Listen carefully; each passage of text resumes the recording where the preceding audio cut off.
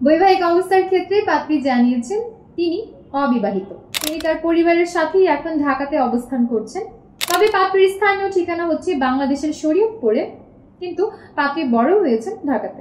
যে কোনো চাকুরিজীবী বা সফল ব্যবসায়ী পাত্ররাই আমাদের আজকের এই পাত্রীর জন্য বিয়ের প্রস্তাব করলে অগ্রাধিকার পাবেন। তবে আপনাকে অবশ্যই হালাল পথে জীবিকা নির্বাহ করতে হবে। আসসালামু আলাইকুম দর্শক, matrimonial.com.bd এর পক্ষ থেকে আমি অনন্যা সকলকে স্বাগত জানাচ্ছি শরীয়তপুরের 20 বছর বয়সী একজন অবিবাহিত মুসলিম পাত্রীর বিয়ের প্রতিবেদনে। শুরুতেই আপনাদেরকে জানিয়ে দিচ্ছি আমাদের এই পাত্রীর আইডি নম্বরটি। পাত্রীর আইডি নম্বরটি হচ্ছে 150129। আবারও বলছি 150129। আমাদের এই পাত্রীর নাম হচ্ছে রাফিয়া জান্নাত লিয়া, তার ডাক নাম লিয়া। পাত্রীর বয়স 20 বছর। তিনি 2005 সালের 30 জানুয়ারি জন্মগ্রহণ করেছিলেন। তার উচ্চতা 5 ফুট 2 ইঞ্চি। পাত্রী মুসলিম পরিবারের সন্তান এবং ধর্মীয় অনুশাসন মেনে চলেন। বৈবাহিক অবস্থার ক্ষেত্রে পাত্রী জানিয়েছেন তিনি অবিবাহিত। তার রক্তের গ্রুপ AB পজিটিভ। তিনি HSC কমপ্লিট করেছেন। বর্তমানে তিনি ঢাকাতে অবস্থান করছেন, তবে তিনি কোনো পেশাতে নিয়োজিত নন। পাত্রীর গায়ের রং ফর্সা। শখ ও আগ্রহের ক্ষেত্রে তিনি জানিয়েছেন বই পড়তে তার ভীষণ ভালো লাগে, পাশাপাশি রান্না করতেও তার ভীষণ ভালো লাগে। শাড়ি হচ্ছে পাত্রীর পছন্দের পোশাক এবং আমাদের এই পাত্রীর প্রিয় খাবার হচ্ছে দই এবং ফুচকা। ফ্যামিলি ইনফরমেশনের ক্ষেত্রে পাত্রী জানিয়েছেন তার পরিবারে আছেন তার বাবা, মা এবং একজন বোন।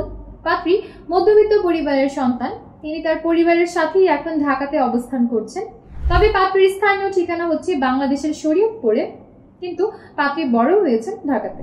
পার্টনার এক্সপেকটেশনের ক্ষেত্রে আমাদের এই পাত্রী জানিয়েছেন জীবনসঙ্গী হিসেবে তিনি একজন মানানসই পাত্রের সন্ধান করছেন। মূলত লম্বা উচ্চতার পাত্র যারা আছেন আপনাদেরকে তুলনামূলকভাবে বেশি প্রাধান্য দান করা হবে।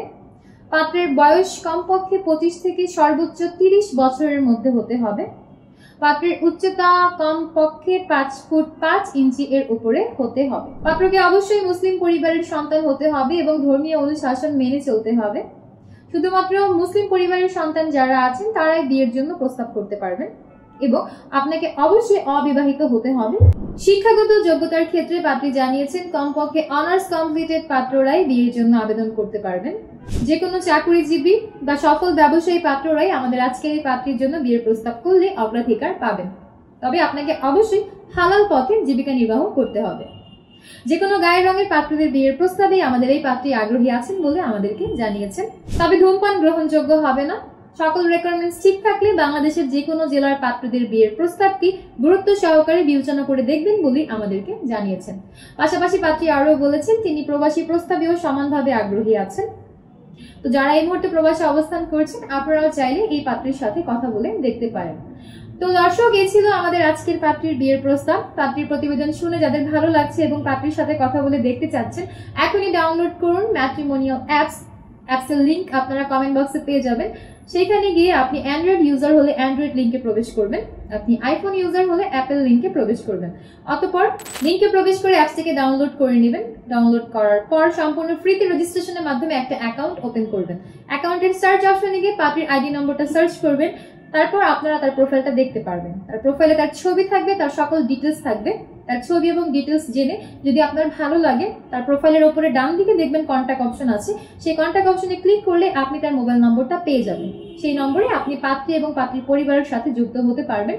আর আপনি যদি চান আমাদের মাধ্যমে অতি দ্রুত সময়ের মধ্যে প্রপোজাল প্যাকেজের মাধ্যমে পাত্রীর সাথে অফিসিয়ালি যুক্ত হতে, সেই জন্য আপনাকে কল করতে হবে আমাদের পেজের হটলাইন নম্বরে, যেটা আপনারা কভার পিকচারে পেয়ে যাবেন, এবং বিভিন্ন এজেন্টের হোয়াটসঅ্যাপ নম্বরও পেয়ে যাবেন। সেই সকল নম্বরে যোগাযোগ করেও আপনারা প্রপোজাল প্যাকেজের আন্ডারে এসে খুবই অল্প সময়ের মধ্যে পাত্রীর সাথে যোগাযোগ করতে পারবেন।